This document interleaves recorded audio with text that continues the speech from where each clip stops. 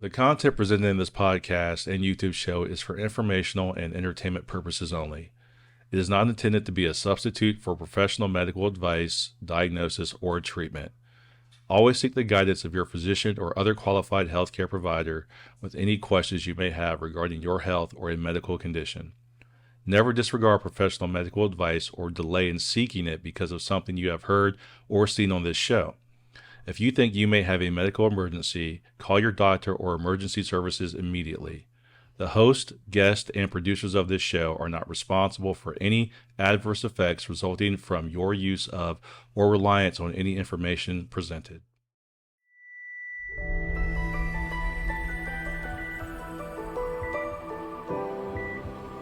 Andrea, can you hear us?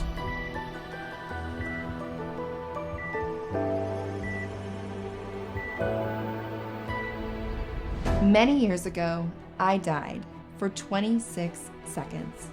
There are so many people in this world that have experienced life events that have led to their soul purpose.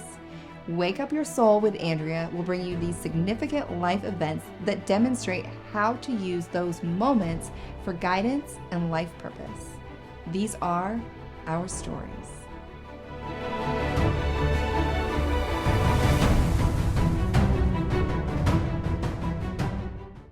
Hi, everyone, and welcome back to another episode of Wake Up Your Soul with Andrea Lynn. Today's guest is Asia, and I would tell you her last name, but I'm going to butcher it. So I just told her I'm not going to do it at all. And I know she's giggling already, but I'm very excited to share her story about resiliency. And it includes this beautiful story about her helping her daughter with this whole medical mystery, I think it started as. So let's welcome Asia. And it's not Asia, which I thought it was. So like, no. Yeah, my last name is Solnyshkina, and it is a disaster, yeah. Solnyshkina. I feel Solnyshkina, no? In Russian language, it's something like sunny something. Yeah.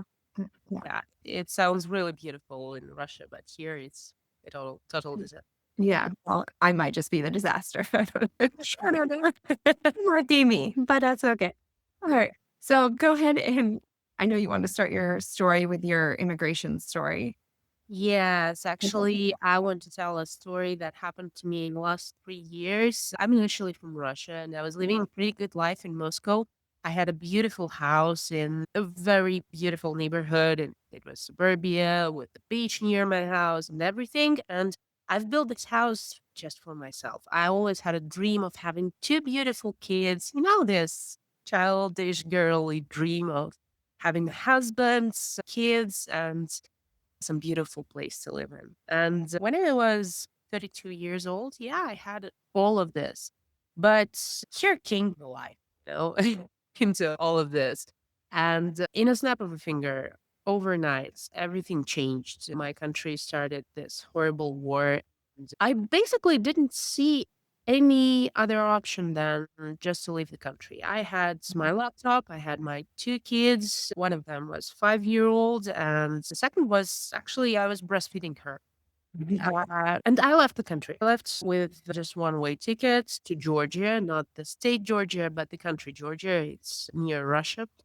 And this was actually funny. I just told my husband that I'm having these tickets, I'm taking my two kids, and I don't know if I'm coming back.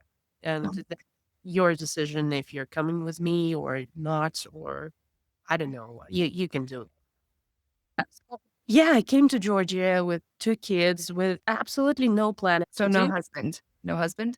No husband, yes. He stayed in Moscow and he needed 1 month to understand what is going on because I was in a better situation. I had my business and this business from the start, it was a remote only company and I had an opportunity to have my income and to do my job and to do what I'm doing and not to lose, everything. Right. But he was working on construction sites, so he needed to be present. And for him, it was kind of an option between losing kids or losing job and income and profession and everything. So I understand this was rough for him. So I gave him all the time that he needed to make this decision. And after a month, he came to us. He chose kids. It wasn't very easy, but still, we were a family. We needed to stay together. And at this point, I became a breadwinner and he became a stay at home dad. So we switched our roles and stuff out well. And this was like a tough decision. So yeah, I came to Georgia with absolutely no plans, with a lot of cash because they switched off all the bank cards from Russian citizens. I don't know if you know this story, but No. yeah, still we cannot use our Russian bank cards nowhere in the world except Russia. So Wow. we're kind of excluded of the whole world. Yeah. So yeah, everybody were asking me like, "What are you planning to do?" In these circumstances, I have a planning horizon of just 2 hours. But do That's you have a bunch of money then just stuck in Russia? yes. Or Basically, yes. I had bas house, everything, all my savings, the car, like everything. I had just laptop and 2 kids and nothing else.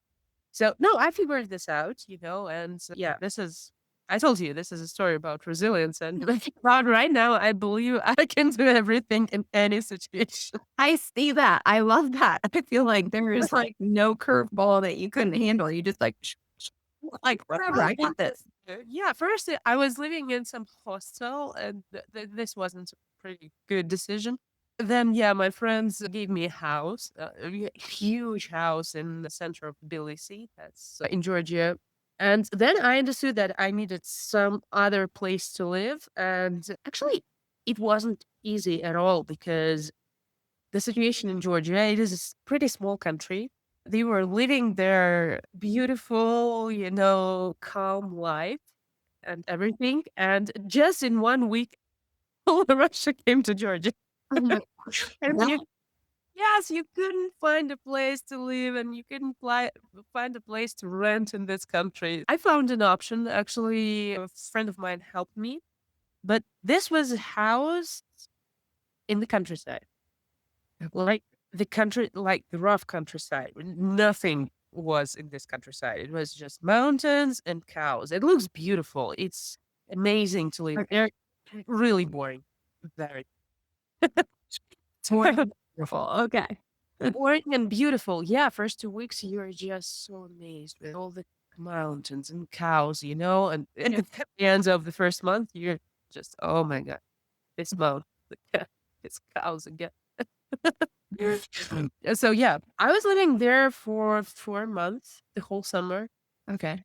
And basically I had a lot of things to do because I had my business. I had people who were making same decisions and I had to, as a boss, as an owner of this business, I had to help them to move to other countries. Some of them flee to Argentina, some to Serbia, everywhere. So Can I ask what is your business? yeah, my business, we're doing software development for enterprises, for businesses, and right now we're working with startups and VC firms a lot. So we're doing software like CRMs, ERP systems, websites, applications. Mostly we work with pharmaceutical industry and Okay. with finance. So yeah, Okay. it's a good, interesting job, but yeah, this was kind of stressful Yeah. situation for all of us. Yeah. Okay. So So even our clients, they didn't know what to do because I had a bunch of clients from Europe at that point, from Dubai, from other countries. I was just expanding to international market and it was so exciting for me. But with this word, with the whole situation, they just lost the opportunity to pay to us with all this Swift bans and everything. So yeah, this was kind of stressful. But we survived. I don't know. Somehow we grew even stronger after all of this. Yeah, and right now I understand even my business can survive anything. It's just, it's always you need some time, to yeah. figure everything out. So yeah, I lived for a month in Georgia, and as I told you, it was absolutely boring. And at the end of this, I understood that I need like a big city, like huge city, because I had to find some place on earth where to live. And it was September. But I was thinking like, okay, the October is approaching and I always wanted to see Dia de los Muertos. So I don't have any other reasons to move to any country in the world. So why not Mexico? Mexico City is big enough. Absolutely. I wouldn't meet any cow in this. So yeah, I decided, okay, Mecca City it is. So we went to Mexico City. It's an amazing country. I actually love it so much. The people, the food, the climate. It's amazing. Right now we live here for 3 years. Oh, wow. Okay. Yeah. Well, it's you and the 2 kids and your husband now. Yes, Well, now with the husband. But as I told you, this situation when yeah. 2 kids and the laptop, this was kind of frustration for the whole family and the whole family system. And in our relationship, we had a pretty rough year, actually, with the fighting. In this situation, you have a lot of tears, a lot of emotions going on inside yourself. And so your spouse has just the same. At some point, we, I don't know, we couldn't find anything to talk about because we were so overwhelmed inside ourselves. We Mhm. had actually so many to say to each other, but we were really frightened to say those things. So, yeah, in a year, it drove us to a decision to separate. And we decided that we need to leave different places. I actually had the whole plan how I will be doing it all by myself with 2 kids. I already had a well-established life in Mexico. I'm sure you had a plan. I do not doubt it. You know, I'm a businessman, so my plan is always hire people, make KPIs and just look how it's going. So it's interesting how those two experiences in my life and in business, they have so many intersections. Yeah. You find so many similar things. I hired a nanny, a really good one right now. She's working almost 2 years to our family, and she is like a grandmother to my kids. So yeah, she helped a lot. I had a school for my boy and a kindergarten for my girl, but at the same time, it was another story going on. Mhm. My daughter, she developed in the first year like a completely normal girl. Everything was absolutely brilliant, amazing about her. Her first year, she spent in Moscow. I had a beautiful doctor, one of the best in Russia. I still chat with her a lot and we communicate. And she was observing on every milestone how she's developing, and she didn't see anything. I truly believe her. It Okay. was anything to notice about something different about this girl. And actually, we had a pretty good connection with this doctor. Next time she saw my daughter when she was on vacation in Georgia, we met, and Taya was 1 year and a half and wasn't walking like a normal kid would do. She was walking just with the help of hands. So she needed somebody, yeah, to walk. And this was a delay. I understood that this was a delay. And I always thought, so I always was thinking that it had to do something about our, immigration thing, my stress, the whole changing. Busy life, and sometimes we blame ourselves, like, "Oh, I'm not actively helping them to learn, to walk, to crawl, to" okay, So yeah. yeah, I was thinking this delay was only about this, but this doctor, she saw my daughter, even though she wasn't, our doctor anymore. But she saw my daughter and she told me like, I'm feeling something is odd here. Feeling something. And I wasn't too nervous about this, but she subscribed to my Instagram and next time we chatted, my daughter started walking. We were in a beautiful vacation on New Year's Eve in Cancun, and I was filming a lot, the Instagram stories and everything. And just she's walking, she's smiling, she's laughing, all this mommy stuff. Mhm. And it was 2nd of January, and this doctor wrote me a message like, I don't like the way she's walking. I really don't Like, when the kids, they start walking, they tend to lean on their sides. But my daughter, she was leaning on her back. This was like the slightest movement. Okay.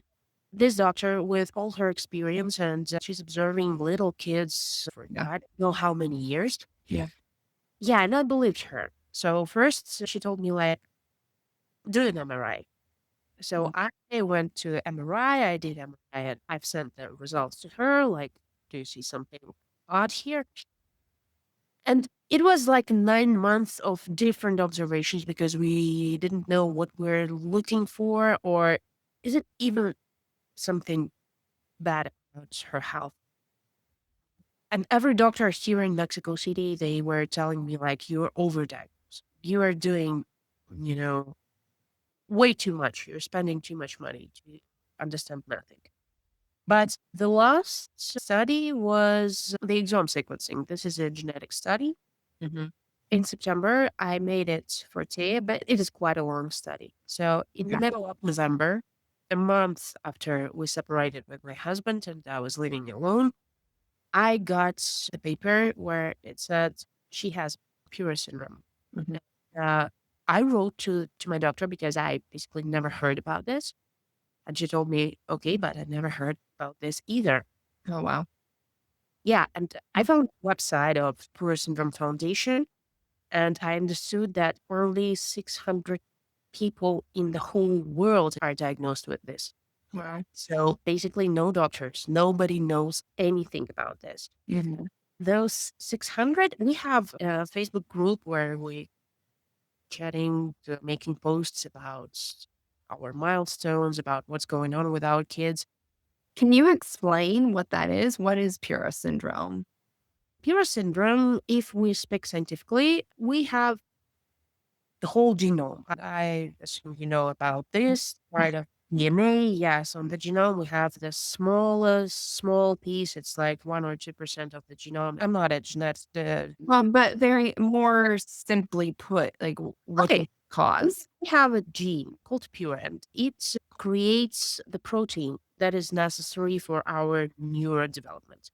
So if something is broken on this gene, basically it's a sequence of letters. So if Mhm. one letter is exchanged for some another, it may cause a lot of things. Some kids that are born with Pura syndrome, they cannot breathe by themselves. They need NICU. They sometimes it causes huge delays that cannot be unnoticeable. We were basically the first example of the syndrome when we never assumed something was off with my daughter. Mm. So I saw only those kids who couldn't walk, who couldn't talk, who was choking all the time and everything. And so basically, when you have just a 600, or right now it's 750 patients in the whole world, it's like you're just observing other cases, what people are experiencing, what is going on. It's basically no science at all at this. So we're just Winging it.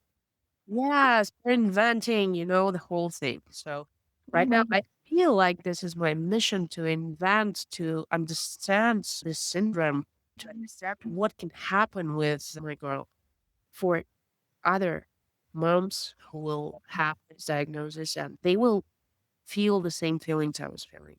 Like, Yeah. first, So you were basically told too, eventually, that she was not going to talk, most likely, right? yes, yes, this was another milestone that we didn't hit, but I was assuming in our family, we're speaking three languages because I work internationally. So it's English always. We speak Russian inside our family, but we're living in Mexico. So it's Spanish everywhere. And we have Spanish speaking. So I was in a three lingual environment. And I thought that she's like 2 years old and she's not speaking just because of this mess. But it was not. At this point, yeah, I understood that probably she'll never speak in her life. And when the kid doesn't develop speaking when she's supposed to, this causes a lot of Stress. no, it's not stress. Mhm. It's the whole her life could be not the same, not normal. It's not like you're not speaking and you cannot tell the story or communicate. When you cannot explain, when you cannot speak, you don't have this. I don't know how to explain this, but There's no the, way Russian. the you don't have this semiotic system inside your head that can possibly help you explain something from inside of you to the outer world. Mhm.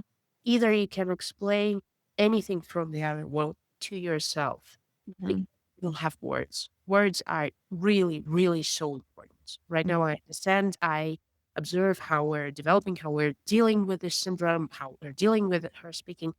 This is essential. So when you basically cannot understand the world, what's going on around you, this causes mental delay. So Mhm. you just don't have the system Right. to see the world. You have a lot of limitations. And I understood this from the very beginning. I was in such a stress. I was looking at this Facebook group and I was seeing all those beautiful people with kids older than my teen. Yeah, and you know, this feeling when yesterday you had perfectly healthy child, but right now Mhm. you understand that your whole life will be just a disaster. So you need to reconfigure everything that is going on in your life. Right now, you're a mother of a child with a genetic syndrome nobody knows about. So this was stressful. I have to say, when you say my life's going to be a disaster, I mean, I don't think we have to take things on that way either, though. That perspective of like, That's so hard, but hard, right? Like my life is going to be hard because I know nothing about this. I know nothing. Like, it's an obstacle for sure. yes, you shouldn't, but your first initial emotion is, yeah, That's well, fair. Yeah. Mhm. you're just seeing everything so differently. You're How many just kids can, how many kids do speak that have Pura? Because I think you had mentioned to me. Yes, I don't have statistics, but right now I'm trying to know more kids from those 700 something patients. Yeah.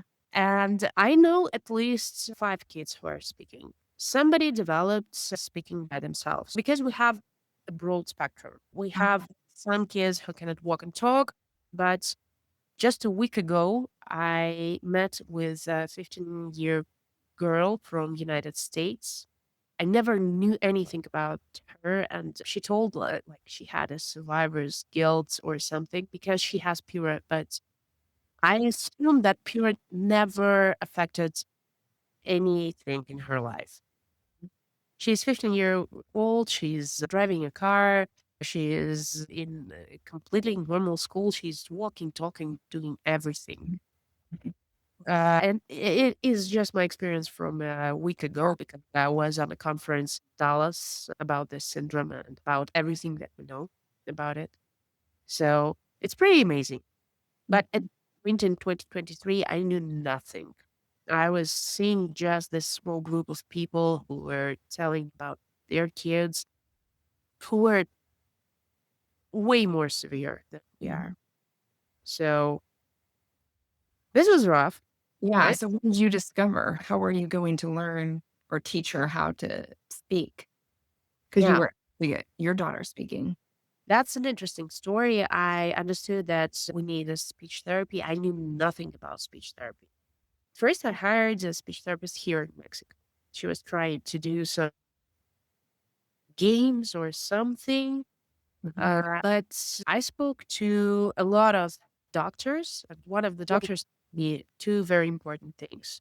First, that right now I'm a mother of a kid, and when I will come to the doctor, usually it's the doctor is telling you about the health of your kid, what's going on, and what will happen. Yes. Uh, Mhm. from now on, it will be vice versa. You will be telling the doctor what is going on with your kid, and you will try to find something in between your experiences and in between your knowledge. You know about the syndrome because nobody knows about it. And the Wow. doctor knows something from his side. So you will be trying to find the answers by Mhm. yourself. And the second important thing was that in speech therapy, it's very important to see on the therapist in the first 2 months. So if you're not feeling the progress, if you're not feeling you're moving forward. You're not. So it's just too fun. So first 2 months I was trying with a speech therapist here in Mexico, and I didn't feel like we're having anything. And I've started to look for other options. Mhm. And I thought, okay, I'm remote. Maybe speech therapists could be remote. Mhm. I found the perfect strategic woman who's working with my girl right now. Oh, She was so self confident. She looked like I know everything about nonverbal kids. okay. And I've done it like 4 times. So everything will be good with you. I've started working with her, and this was pretty amazing. She was telling me everything. Our first session was a disaster because, as I told you, I live in Mexico City. I have Mhm. a team all over the world. So basically, right now I work like 12 hours every day, and I work night shifts as well. My life is pretty hard. And this speech therapist, she told me, okay, we need to work 8 hours every day. Oh, wow. Yeah, she will be speaking completely like a normal person, like a normal kid, but 8 hours every day. No vacations, no weekends, nothing. Oh, gosh.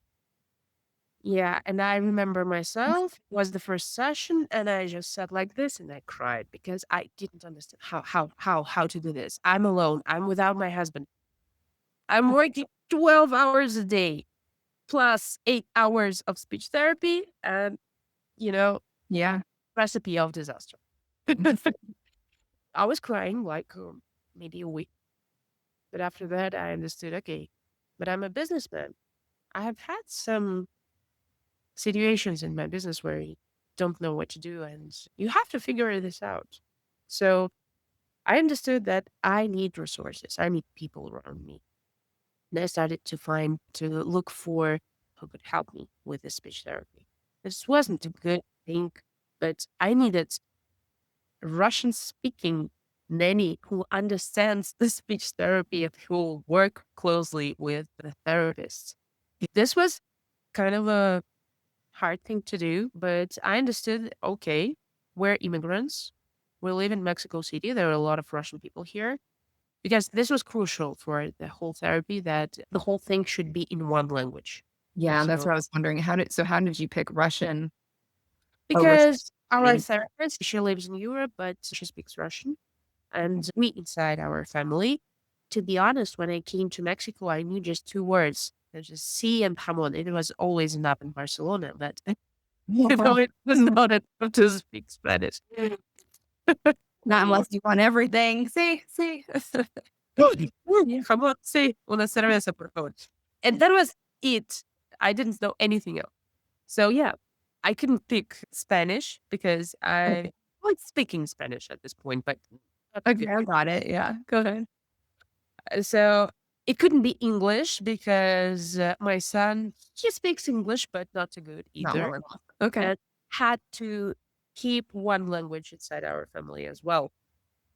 We decided it should be Russian. I started to look for a nanny and I found the perfect one. Wow, it was an amazing experience. I actually had so many interviews. Basically, I was looking for a nanny in immigrant chats and immigrant Facebook groups because I assumed, okay, we're immigrants.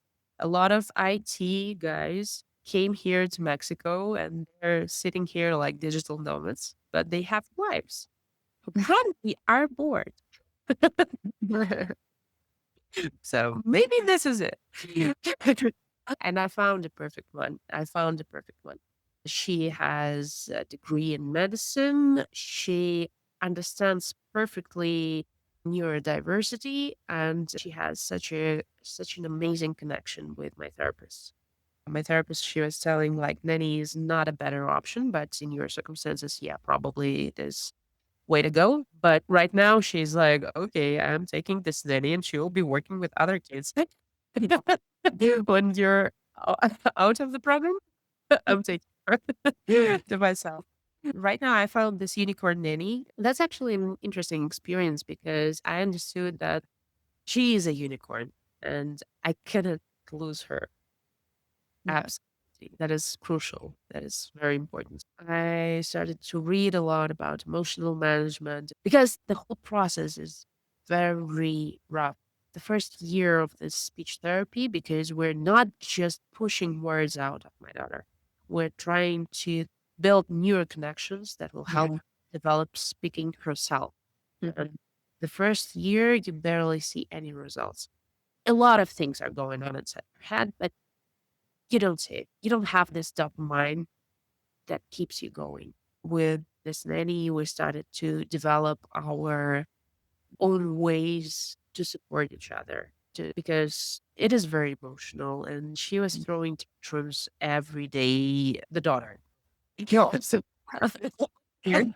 But yeah, Yeah, imagine it's gotta be very emotionally draining for you. it is. Yeah, that's Or both of them, really. well, yes, all of us. It's Yeah. And at some point, I understood that, okay, I have the nanny, I have the speech therapist, and I've built the system that is working somehow. But I need a space to myself. I need somebody who will take my kids because I have another kid who's going to school, who will take kids, who will be a family for them, and who will allow me to have at least some time for myself. This Mhm. was crucial. Sometimes you just need time to be alone. Yeah. And I couldn't because I have work at nights, kids, the therapy, then you just sleep 4 hours and all over again. I understood that my mental health is really crucial in this process as well, because if something will happen to me, the whole system will break. So I called my husband, and he was at this point like, I'm going back to Moscow. He was living in Mexico. And I called him and I told like, we're not doing a good thing. Right now, yeah, we have our difficulties, we have our really weird relationship and everything, but we have a goal. We need to make Taya speak. We need to give her a better life, the best. And this is like very important. And he is a brilliant dad, actually. We have our issues between in our family relation like spouses. But at this point, we agreed that, okay, we need to find some connections just to make this whole system working. Because this is a long distance. The whole speech therapy will be 2 years, 3 years. We don't know how much. And we started building our family from the ground up on this basis. Not with the love, the emotions, and everything, but we have a goal. We should Yeah. be partners. And actually, right now, I'm not sure this is a good way to go, but it's working. What do you Yeah, somehow it came from this emotional relationship when you have your egos and your emotions, frustrations to Well, so husband, where is he? Are you back together? Is he back in Moscow or well, he's here with us right now, helping with all of this, and we truly understand that okay. we need to keep this going at least, yeah, before we have our daughter speak. And actually, we're in this space for a year and a half right now. And this is so magical. But Taya is speaking. We just came back from California and she was forming 3, 4 word sentences, even though everyone told me it is impossible. Like, if Yeah. she's not speaking, she would. And I didn't have anyone, anyone who could do the same thing. I just had my hope. Yeah. I just had belief, deepest belief that she will be speaking, that I will give her the best life I can. Mhm. Like the most important thing Yeah, first was having the hope. 'Cause if you yeah, have hope, then your whole body, mind, body, soul, everything believes it's possible. And it helps you so much when it comes to finding an answer. absolutely, absolutely. So it's important in business. It's important in so many really deep processes in your life. When you don't see anyone who did the same thing, you don't see how it possibly could be done. But you have hope. You just act. You just keep moving, because somehow it will be.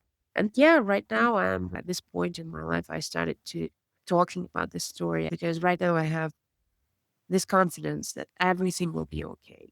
Even I know that life is really difficult and there will be a lot of complications. I don't know, these things, but this whole story, it made me believe that I probably can overcome everything. It is rough sometimes. Maybe sometimes you just want to cry, sometimes you just want to die, but at some point, everything will be okay. Yeah. You Where know? Well, where do you think your hope comes from? I mean, you're clearly a very determined person and somebody that pushes really hard when things are hard and you just push back even harder. Where does that come from? to be honest, I want to say something really, big and beautiful, but from responsibility. Because I'm responsible. I'm responsible. I have 30 guys in my company right now, and know their families. We're in a good relationship, and I know that I have responsibility to pay this money, to give them important and interesting tasks, and to move their career and everything. I have responsibility to my daughter, to my Mhm. son. I need to make their lives good. I really, really want this.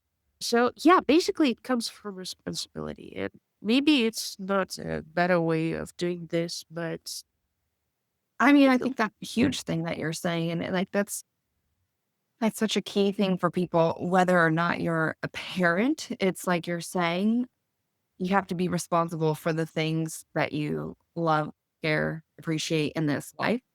But that's where it starts, right? Is having that love and that care for something in life so deeply that you want to make it better. And hopefully that's yourself for yeah. start, right? Loving yourself enough to want to do better for yourself. But if you love your life the way it is, then perfect. You're exactly where you need to be. But if you're not loving your life exactly where it is, then you need to first love yourself, right? I mean, that's what I'm hearing with all this is like you're wanting to be responsible. And the whole reason you're wanting to be responsible is because of how much you care for your family and how much you care for the families of the employees and everything. So it really all boils down to first loving yourself and then you're going to push through. If you care about yourself, you're going to make it happen for yourself and you're just going to keep finding a way because you're going to know and understand that you deserve that. Well, yes, I have some issues with loving myself, caring about myself. My night shifts isn't about caring about myself or my health.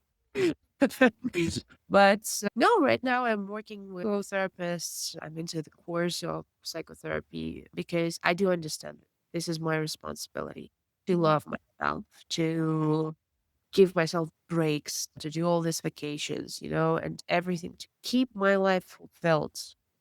You deserve that just as much as your children do, right? And just as much as those families that you're loving, like you deserve that just as much, right? Wow, you told me you're a mother as well. And we tend to care about our kids more than about ourselves.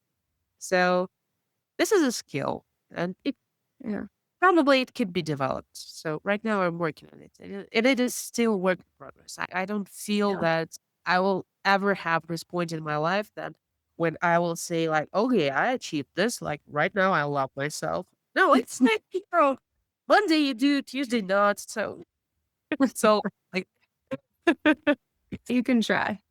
yes, absolutely. Yeah. I think a great place to start on that is to just look at yourself in the mirror. Like really look at yourself in the mirror, like a long look into your soul. And I think you'll start to really see yourself and you'll probably break down at first because you're going to recognize that you aren't loving yourself like you should. And then you're going to have this moment of, what am I doing? I'm fabulous. I should love myself because you're obviously an awesome mom and just an awesome human being because look at you caring about so many employees and not just their well-being, but the well-being of their families. And you push so hard in this life and it's not just for you, it's for everybody else. So when you're somebody that does all that, what does it make you? It makes you an amazing person. Oh, thank you so much. I Mm. really try to. It really motivates me so much. All this. care of all these people around me, all these people who are working with, because my business is really important. Because right now I found a mission. I've built this. As I told you, my company is fully remote, and it always was fully remote. And I have a lot of people who I care so much about, but I never seen them personally. We're working years side by side, but I never saw them personally. And when I created this whole system, I understood that this remote and very agile system, because we're working in different time zones and everything, and I can give them flexibility of defining you're not working 9 to 5. You can work 9 to, I don't know, 12, and then 5 to 9. And this is okay as well. So I'm giving this flexibility. And at some point, I understood this attracts women because let's hold women back. We need to care about our kids. We have important things in our life, and we just cannot do 9 to 5 because the kindergarten closes at 5. Right. And this is the issue. And this is the issue. And right now, my company is 80% women, and I'm feeling that I found something that attracts this amazing workforce.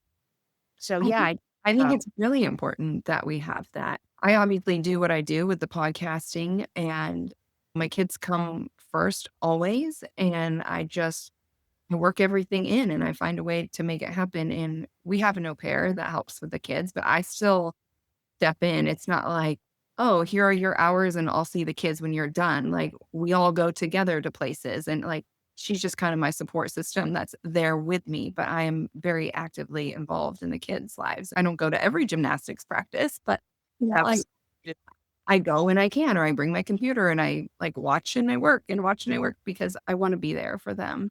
And I think every mother wants that as well, and they find it hard because they also need to put food on the table, and so I can appreciate that you're offering that to people. yeah, absolutely. I really do think that this is important because it's not like work here separately and life here separately. No, right now after pandemics, especially, it blends. You work all the time. You're checking your messages. You're checking your inbox. And you're doing it when you're with kids. You need to find some ways to blend those things because it's just a part of one big thing, our lives. And this is what's important. Not the task, not the clients, not the, KPIs. And This whole thing, the life is important. So yeah. Well, thank you so much for sharing your yeah. story about your daughter and your own resiliency, all the things that you've had to push through. I think it's really amazing. If people wanna connect with you, Asia, how do they find you? Well, I'm on LinkedIn and Instagram as Okay. well. Okay. So yeah. Okay. I'm Alright. really open to anyone who wants to talk about rare genetics or, I don't know, women in business. These are both great topics. All right. And thank you again. Thank you so much. Thank you so much. Thank you.